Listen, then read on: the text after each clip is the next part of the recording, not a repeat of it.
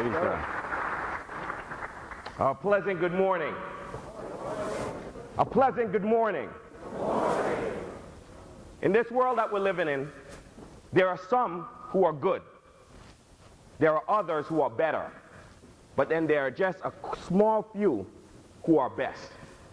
Gentlemen, our goal should always be to ensure that our good is always better and our better is absolutely the best. With that being said, do we have any men in the house right now? Yeah. Now, you see you guys sounding sort of low. Do we have any men in the house right now? Yeah. All right, so listen to this. Even if I fall like rain and it hurts like pain, I'm still hot like fire, gotta burn like flame.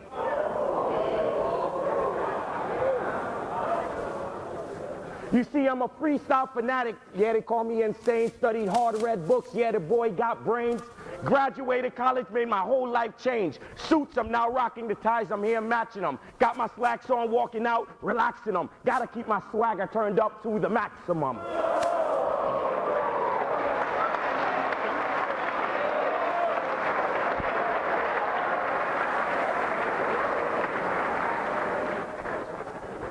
You see me, man, the world ain't ready yet. Haters want to hate me all because of my intellect. Whoa, until the day I retire, but I'm from the Virgin Islands where they yelling more fire.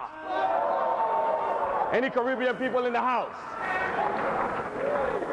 So it's time to go higher. That's what I require to motivate and inspire, my one and only desire. So sit back, admire my flow and my attire, because the way we play this game is making veterans retire. Man, are we in the house right now? That's what I'm talking about. First of all, let me get back to business and thank President Stephen Jerome. Let me thank Mr. Cecil Wright. And to all the mentors who are here today, give them a round of applause as they're standing here. It's truly an honor and a privilege to be standing here with you today.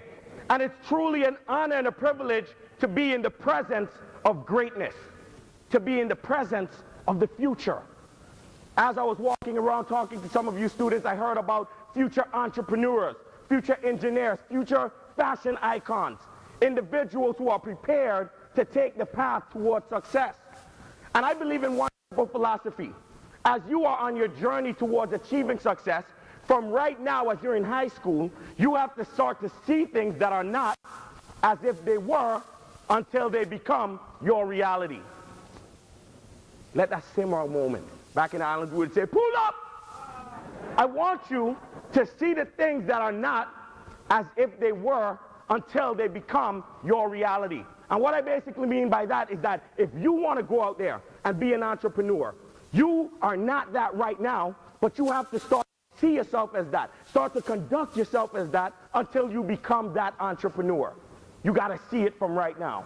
And I believe that if you can see the invisible, then you can accomplish the impossible. Now, they talked about my accolades and accomplishments, and I'm grateful for all of those things, but that was not the beginning of my journey. As a young man growing up in the U.S. Virgin Islands, I was in love with sports. At a young age, my mother used to always tell me, you have to be the best of the best in whatever you do. You have to work hard. You have to be dedicated. It was just me and my brother at that time. And at the time when I was growing up, I was so in love with sports, I used to say to myself, I'm going to be the first baseman for the New York Yankees. At the time when I was in Little League, my coach told me that I was too short to play first base, so he put me in center field. Any center fielders in the house? Baseball players in the house? Yeah. So he put me to play center field. And after a while of playing sports, you know, I was sort of discouraged because I wasn't doing exactly what I wanted to do. So at that moment, when I moved on to go towards high school, I started to dibble and dabble into the music industry. I love music. I love writing it. I love making it. And for the most part, the reason why I chose sports or I chose the music industry was because I didn't really like school. And so many of us, at times as young African Americans and Latinos, as young men, sometimes try to take the easy way out. We try to say, you know what, I don't really like education, but I'm going to do whatever I can with the talents and the skills that I have.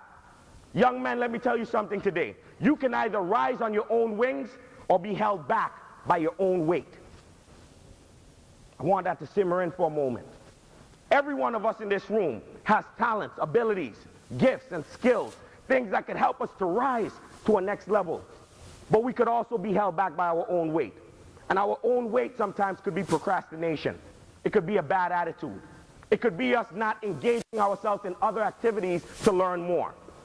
So today what I want to encourage you to do is to be persistent in the pursuit of your goals. I don't want you to sit down there and feel like as if the only way you can make it is through music. Because I thought that at one point in time, but it took for me to engage myself in some other activities to recognize that there was more to it. I educated myself. When I moved here in 2002, my goal was to be in the music industry. And I remember I was living right there on 182nd and Davidson Avenue, here in the Bronx, and I was residing with my grandmother at the time. And it was such a depressing thing because my grandmother was living in some deplorable conditions. You see, I'm from the island, so sometimes we have hurricanes and you might not have electricity for a little while. But there were certain things that I wasn't used to. For example, I wasn't used to getting up at 3 o'clock in the morning, middle of the night, because there's no heat, no hot water, and I'm freezing. Some of you are doing that right now. I wasn't used to getting up to go to the kitchen to get something to eat, and the roaches and the ratchets are coming out and saying, "You coming to eat? You want to eat with us?" They were there before me. I wasn't used to that. So I was so depressed that my grandmother was living in such deplorable conditions, and when I left the islands, I had $400. And I remember I was walking right here on Fordham Road, and I said, you know what, let me go up there to do some shopping with my last $60 in my pocket. And as I'm walking on Fordham Road, I see a gentleman, and there's a cardboard set up, a box there, and he has 3 cards. You guys ever seen that on Fordham Road?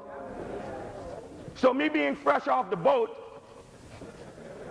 I see them shuffling the cards, and I decide at that very moment, let me go check that out. And I go over there, and when you're desperate, when you don't have money, you're going to try to do anything to get some money. So I go over there, and the guy is shuffling the cards, and he's shuffling, and he's shuffling, and he's playing, and someone is playing with him, and they're playing, and the person is winning, they're losing, they're winning, they're losing, and I'm saying, man, aren't you an idiot? Just win your money and go. Not knowing it was a setup. So I went over there, $60 in my pocket, and I look, and the guy's talking really quick. He said, look, come double your money. If you got 20, you can make 40. If you got 40, you can make 80. You have 80, you can make 160. How much you think I put down? I put down the full 60. The last $60 in my pocket. So the guy is shuffling the cards, I'm looking, and when he stops, I say, I know where the red ball is, and I point. Of course, he lifts up. There's no red ball under it. All of a sudden, I turn to Inspector Gadget. Hold on. I knew I saw that red ball under there. It was the last $60 that I had while I was here in the U.S. Jim Rohn, a great motivational speaker, said that people change for 1 or 2 reasons in life, either because of inspiration or because of desperation. And you could imagine at that very moment in time, I was desperate. And it was hurtful. To add insult to injury, I remember I was walking on Fordham Road, and there was a young lady by the name of Deidre, fine girl. You guys know any fine girls in your school? Yeah. Young girl named Deidre, fine girl. She grew up with me in the Virgin Islands, and I end up seeing her right there on Fordham Road. And of course, when you see somebody who you haven't seen in a long time, you get excited. Deidre, what's going on? We run, we hug. Yeah, she's looking good. And at the time, when we're having this discussion, now she starts to tell me, so Sherman, what are you doing? You know, right now I'm here at Monroe College. I'm doing my bachelor's degree in business. I have an internship going on. I'm saying, wow, you know, when you're in those type of conversations, wow, wow, for real, wow. So we're going through this conversation, and she looks over at me after she goes and brags about everything that she's doing, and she says, so what are you doing? And fellas, you know when you don't have anything to say, the first thing you say is, well, you know what I mean? You know what I mean? You know what I mean? You know, I'm just here, you know, trying to do my thing. And she says, so what you have going on? I say, oh, well, you know, I'm doing my music thing. You know, I've been in a number of videos. You didn't see my videos? Oh, no, they weren't really there, you know, but yeah, I'm doing my thing. I remember leaving at that moment and feeling so embarrassed at the time. And it was something that was burning me up inside. Because here it is, I left the Virgin Islands, moved to New York City. I'm making no guap, no moolah, no cheddar, no money. And I'm here now, and I see a friend of mine, and she's doing well, and I'm not doing anything. I have nothing positive to say about what I'm doing. It was at that time that I said that change needs to happen. And right up on Fordham Road, there was Monroe College. I came right here to this school. And when I enrolled in Monroe College, I didn't even know what I really wanted to do at the time. So I just decided, you know what, let me study business. This was one of the best changes of my life. Because when I enrolled in Monroe College, and you should give a round of applause to the staff and faculty of Monroe College.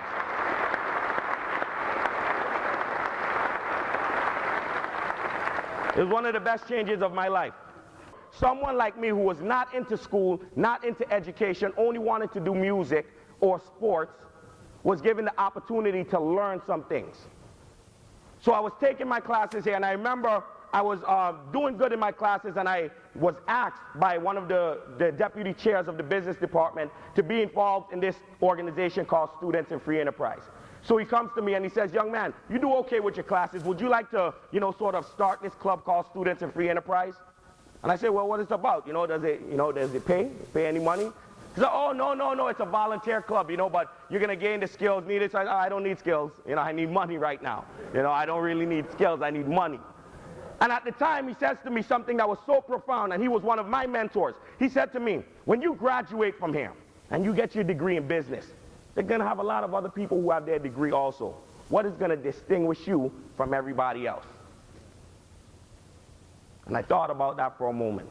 At that moment, I decided to go ahead and become the president for Students in Free Enterprise. Now, I don't have any skills. I never organized anything. I don't know how to get people to come and join a club to go do community service. But I joined this club and I became the president for it.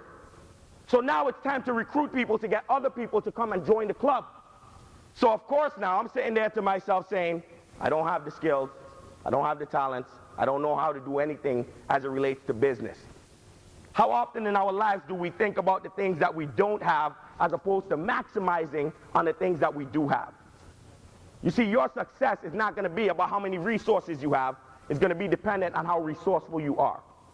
I started off by saying you have talents, abilities, gifts, and skills. You got to use them to the maximum. So here, now I'm out here trying to recruit people to be a part of this program, and I recognize I don't have skills. I have one talent, one thing that I could do well. What's that? Music. So I start going around.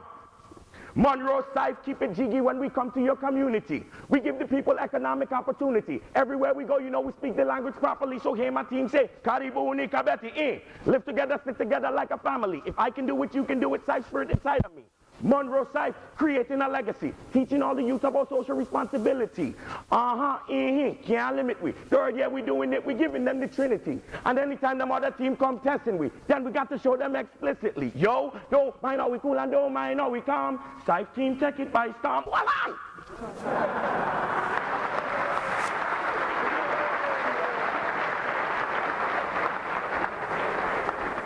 And all of a sudden now, people start flocking to go in this room. Yo, what's this club about? You didn't hear about Students in Free Enterprise? You don't know about it? You need to come to the meeting next week.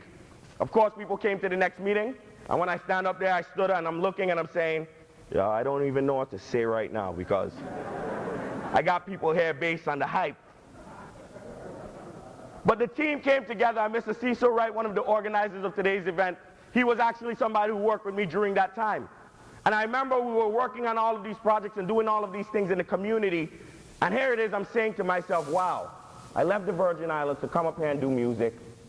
Didn't make it in the music industry. Didn't get connected to the New York Yankees. But yet I'm here doing this club that's giving so much back to our neighborhoods and improving the standard of living and quality of life for the people of the Bronx. Well, we went and we won a national competition. We got all kind of accolades, was on New York One and all of these things. One of the biggest things that came out of it is that after we won, they put us on the back of the Kellogg's Cornflakes box.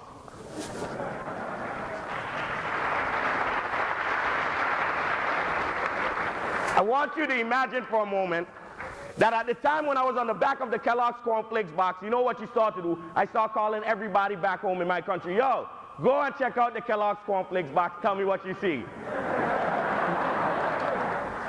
So it was the highlight of my life because I didn't become the celebrity, in dancehall reggae that I wanted to be, but I was on the back of the Kellogg's Cornflakes box. And it was such a big thing for me. After I graduated from Monroe, I got hired by a New York City council member who wanted me to improve her community, to help her with organizing. Now I have a newfound talent, a newfound skill. I start to use it. Now, I told you guys earlier I wanted to play for the Yankees. Through this opportunity working in government for the years that I was working there, I was actually the person who helped seal the deal to build the new Yankee Stadium.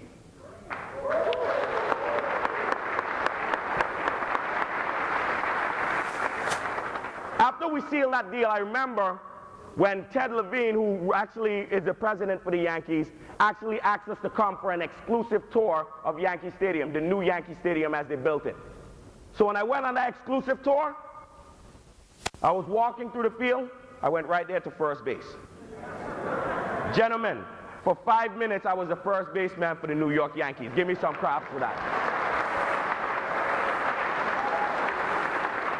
And listen, even if it was just 5 minutes, it was the best day of my life.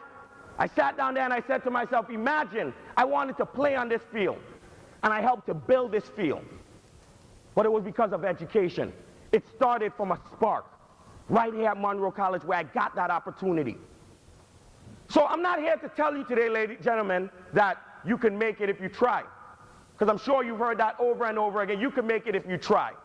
The reality is many people have tried and they have failed, and some people have not found the courage to get up and go again. So I'm not here to tell you today that you can make it if you try. I'm here to tell you that you can make it if you persist. You got to be persistent in pursuit of success. And you can accomplish it. Every one of us has the potential. But potential without determination or dedication means nothing. You got to educate yourself. You got to get more knowledge. You got to expose yourself to different things. Some of you may not like school, but school gives you the gateway and the opportunity to see what you could possibly become. When you get your degree, you now have choices. It's not about just getting the degree. It's about using that information. Information without application is only fascination. But information with the application brings the transformation. And I want to encourage you young men in here today to be transformers. I'm not talking about Optimus Prime or the Decepticons. I'm talking about people who are ready to go out there and transform your lives and the lives of your family. You see, transformers, they take the obstacles that come into your way and they see them as opportunities. Transformers look at stumbling blocks and say, you know what, I'm going to use this as a stepping stone to rise to the next level. Transformers takes your haters, turn them into your motivators. You got to transform every situation. And I believe that if you connect yourself to the right people, you will go places that you could never imagine. It took a mentor to give me some guidance. You have mentors within this room today. I don't want you to just meet people here, because the reality is, after you leave here today, after you hear the good talks, you're going to go back to your neighborhoods. You're going to go back to your communities. You're going to go back to the same conditions. But your success is not a function of your condition. It's a function of the decisions that you make. What are you going to decide to do? You can hear all of this talk and it sounds wonderful. You can laugh, get jiggy for a while as we do some raps. But you got to apply it. Connect yourself. I was told one time that your income will be the average of the 5 people that you're closest with. Your income will be the average of the 5 people you're closest with. I started to ask my friends, yo, how much money you make? You're making $10,000 a year? I can't do that. I have to surround myself with some people who could get me to the next level, because your network will determine your net worth. So gentlemen, as you stand in this room today and you hear my voice, I hope that you're inspired to take yourself to the next level. And I want to leave you with these last few words. As the world turns, you will all go through the pain and struggle, but still juggle with the hope of being successful tomorrow. Some think you might not make it, but they are sadly mistaken. Your journey's just begun and you're quickly accelerating to higher heights with a vision beyond sight, so bright that many are blinded by your light. Shining stars, and you are doing your thing.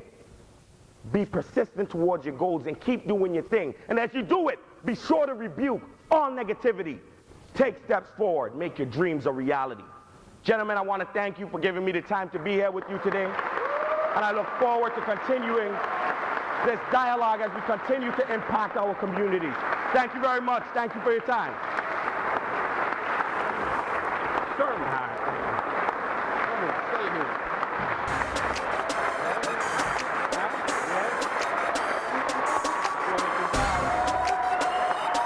Thank you.